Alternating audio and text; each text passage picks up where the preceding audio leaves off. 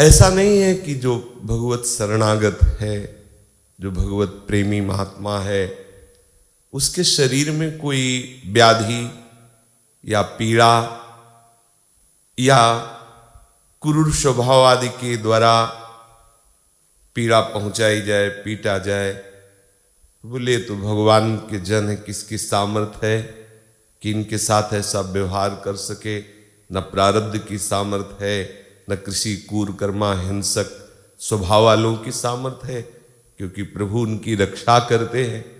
तो इसे जिससे पीटा गया या जिसके शरीर में भारी प्रारब्ध प्रतिकूल रूप से आया, तो मुझे लगता है कि ये क्या भगवत शरणागत नहीं है क्या?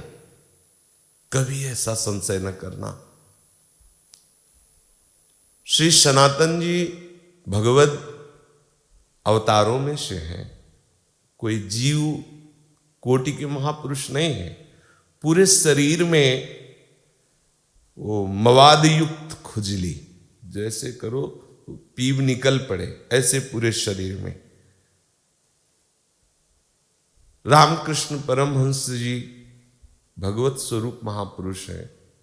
बड़ा भयंकर कष्टप्रद गले में कैंसर। किसी भी महापुरुष के जीवन चरित्र को देखो, जिनके आप चरित्र को प्रकाशित रूप से थोड़े अंश में देख पा रहे हैं, तो हो सकता है उसमें वो विवरण ना हो जो उनके जीवन में आया, कृष्ण पक्ष वाला, उसको न रखा गया हो। वह क्या, हर भक्त के जीवन में, स्वयं हरिवंश महाप्रभु के भी शरीर में व्रण हुए, घाव, पीब हुआ, दिखाई दिया, बड़े बड़े फुंसियां फूल ऐसा पूरे शरीर में निकल आया। तो वहाँ विद्वानों ने, चूंकि व्यास मिश्र जी अद्भुत विद्वान ज्योतिषाचार्य और लोक समाज प्रिय और ऐश्वर्य संपन्न, तो उन्होंने सलाह करके ज्योतिष से विचार के कहा कि हरिवंश चंद्रजू के ग्रह विपरीत हैं, इसलिए शरीर में ऐसा है। तो महाप्रभु से कहा गया, ग्रह शांति के लिए कुछ उपाय कीजिए जो बताए जाए। महाप्रभु ने 2 जो पद लिखे हैं स्फुट वाणी में, उसमें यही लिखा है।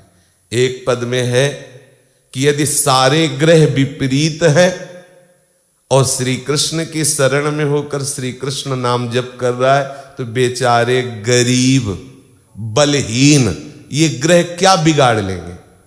और एक पद में कहा कि सारे ग्रह अनुकूल हैं, लेकिन गोविंद से विमुख होकर तुम्हारा जीवन व्यतीत हो रहा है, तो ये ग्रह तुम्हारा क्या सहयोग कर लेंगे।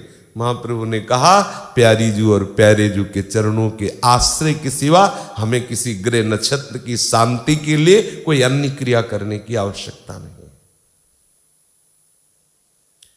बड़े बड़े महाभागवतों के जीवन में भी अनंत जन्मों के कर्म परिणाम से विपरीत परिस्थितियां देखी गई। जैसे परम पवित्र, परम जितेंद्रिय भीष्म पितामह महाभागवत, जिनके द्वारा स्वप्न में भी शास्त्र विरुद्ध आचरण की वृत्ति नहीं उदय हो सकती, जागृत में तो संभव ही नहीं, स्वप्न में इसलिए कह रहे हैं कि उसमें शक्ति अपनी पूर्ण बुद्धि की नहीं लगती, क्या मन संकल्प कर ले। लेकिन ये उस कोटि के महापुरुष हैं जिनके स्वप्न में भी कभी शास्त्र विरुद्ध वृत्ति का उदय नहीं हो सकता, क्रिया और चेष्टा तो बात जाने दो। और आजीवन श्री कृष्ण प्रेम में उन्मत्त रहने वाले महाभागवतों में भीष्म पितामह जी, और 6 महीने बाणों की सैया पर। आश्चर्य है, आश्चर्य है। इसलिए यहां अगला जो ब्रह्मा जी स्तवन में महामहिमा में सूत्र दे रहे, बोले एवात्म कृतम विपाकम। ये जीव विविध शरीरों में गया है पीछे, हो सकता है इसके द्वारा ऐसी गलतियां, ऐसी त्रुटियां हुई हो जो अक्षम्य हो। उन महान अक्षम्य अपराधों का मार्जन करने के लिए अतिशय दुलार करके मेरे प्राण प्यारे प्रभु ने जो विधान किया और वो इस शरीर में आकर प्रकट हुआ, उसे उत्साह युक्त होकर के, ये नहीं कि निराशा युक्त होकर के कि हाय प्रभु का भक्त हूं, प्रभु का नाम जप करता हूं, फिर भी मुझे शारीरिक कष्ट है, मेरे सामने ऐसी व्यवस्था आ गई है, ऐसी परिस्थिति आ गई। नहीं, भक्त ऐसा कभी नहीं करता और ना ही करना चाहिए। यद्यपि जब परिस्थिति आती है तब आपकी स्थिति ही काम करती है, बुद्धि काम नहीं करती।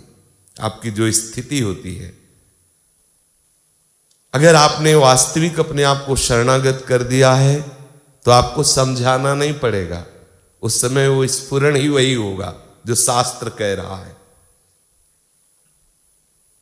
वो कृपा का भली भांति अनुभव करने वाला उपासक निर्विकार भाव से प्रारब्ध को भोग लेता है।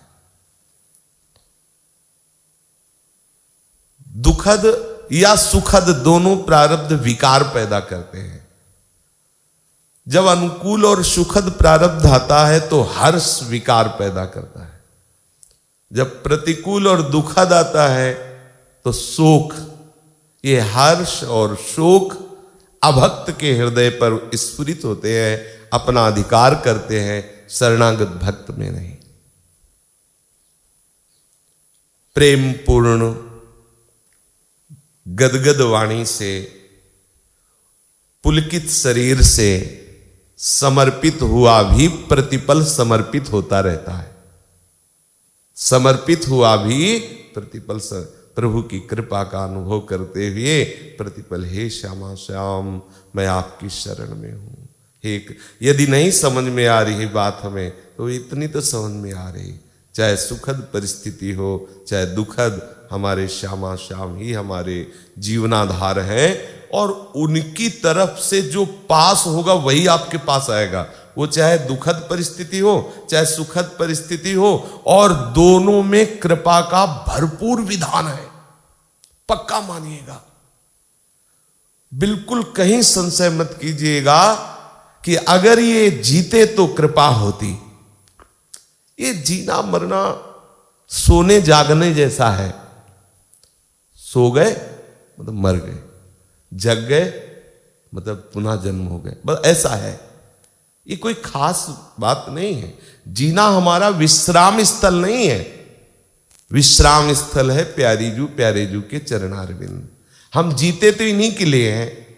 यदि वो आज इस जीवन की शाम करके और अपने धाम में अपनी लीला में प्रवेश दे देते हैं तो तुमको लग सकता है कि अगर ये रहते तो अच्छा था, लेकिन नहीं। इनका रहना अगर अच्छा होता तो प्यारे जू रहने देते। प्यारे जू उनको अपने समीप बुलाना अच्छा मानते हैं। किसी भी स्थिति में हमारे हृदय में संशय नहीं उत्पन्न होना चाहिए, भगवत विमुख प्रश्न नहीं खड़ा होना चाहिए, ऐसा क्यों हो गया। यदि इस तरह जो जीवन व्यतीत करता है उसे महाभागवत निर्भर भक्त कहते हैं। वो प्रभु के परम पद का, परमानंद का, रसमयी लीलाओं में प्रवेश पाने का अधिकारी ऐसे हो जाता है, बोले जैसे पिता की